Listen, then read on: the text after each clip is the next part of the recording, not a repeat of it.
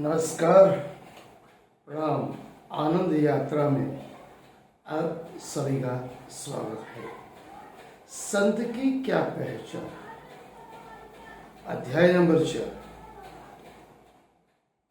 कहते हैं स्वयं अनगिनत कष्टों को सहन कर, कष्टों को झेल कर संसारी जनों के कष्ट की मुक्ति का कारण या उपाय बताने वाले, जिन्हें हम बोलते स्वयं अपने जीवन में कष्ट को झेल कर दूसरों को दुख से मुक्ति दिलाने वाले जो होते हैं, इन्हें हम संत कहते हैं, जिनका उच्चारण ही आचरण में, जिनकी रहनी करनी कथनी एक जैसी हो। मुझे एक घटना याद आ गई। एक संत नदी किनारे ध्यान मग्न में थे, समाधि अवस्था में। वर्षा का मौसम था, भारी जोरों से बारिश चल रही थी।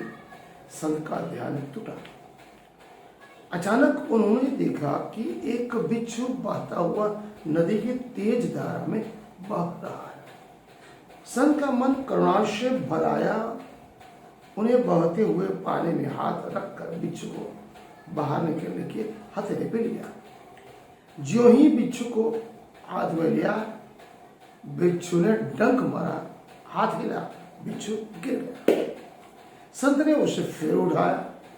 बिच्छू ने फिर अपना स्वभाव गत दिखाया और उठाने पर फिर डंक मारा, फिर हाथ हिला, बिच्छू वापस गिरा। ऐसा 3-4 बार नहीं, कई बार हुआ। एक व्यक्ति नदी किनारे बैठा,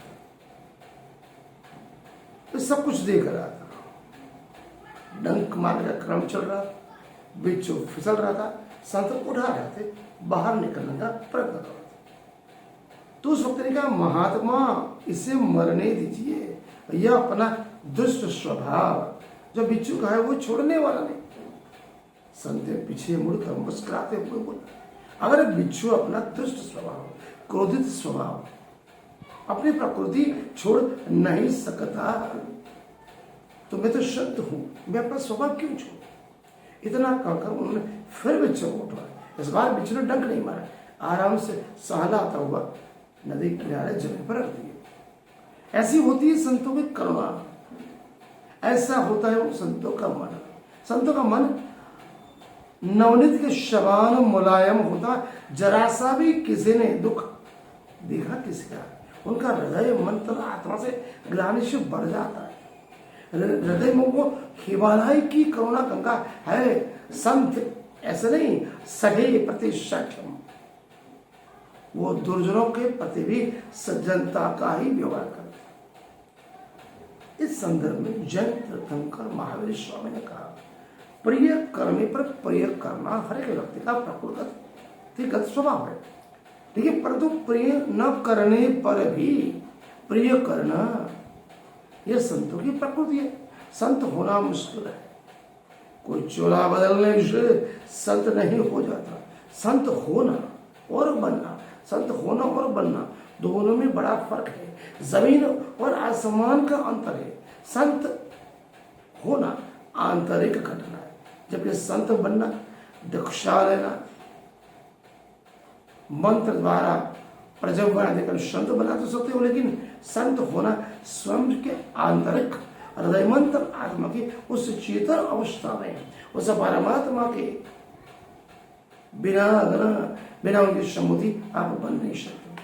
संत बनाने के लिए या बनने के लिए एक वेश छोड़कर दूसरा वेश धारण करना पड़ता है, जबकि संत होने के लिए वस्त्रों के साथ साथ विकारों को भी त्यागना होता है। कंचन और कामनी के साथ साथ कसायों को भी परित्याग जरूरी है।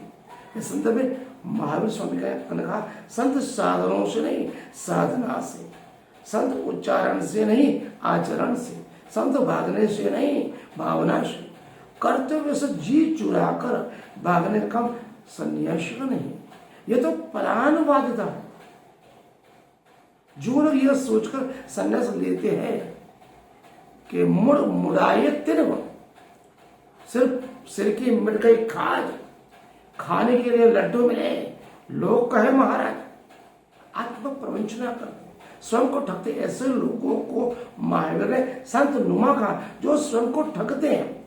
जो संन्यास आत्म साक्षात्कार का प्रमुख साधन बन जाए, आंतरिकता से धारण किया गया हो, उसे हम संत मना कहते हैं। ये जो भारत में आज गीता में 1 या 2 करोड़ से ज्यादा संत सन्यासी, लेकिन वो सभी क्या है, संत मना कितने हैं, संत नुमा कितने हैं, वो भी विचारणीय प्रश्न है। मेरी बात बहुत कड़वी है, सत्य की बात। संत का मतलब जो मान सम्मान से परे हो, किसी भी प्राणी पक्षी मानव मात्र के लिए उसके दिल में केवल प्रेम, स्नेह, दया और करुणा हो, सत्य अहिंसा हो, उसके लिए नात जात ऊंच नीच अमीर गरीब कुछ भी न हो, मानव मात्र एक समान, विश्व बंधुत्व, भाईचारा, न कोई ऊंच न कोई नीच। ऐसे सत्य मानने जानने के लिए, सुनने के लिए फॉलो करें और कमेंट में लिखें मैं सही हूं या नहीं।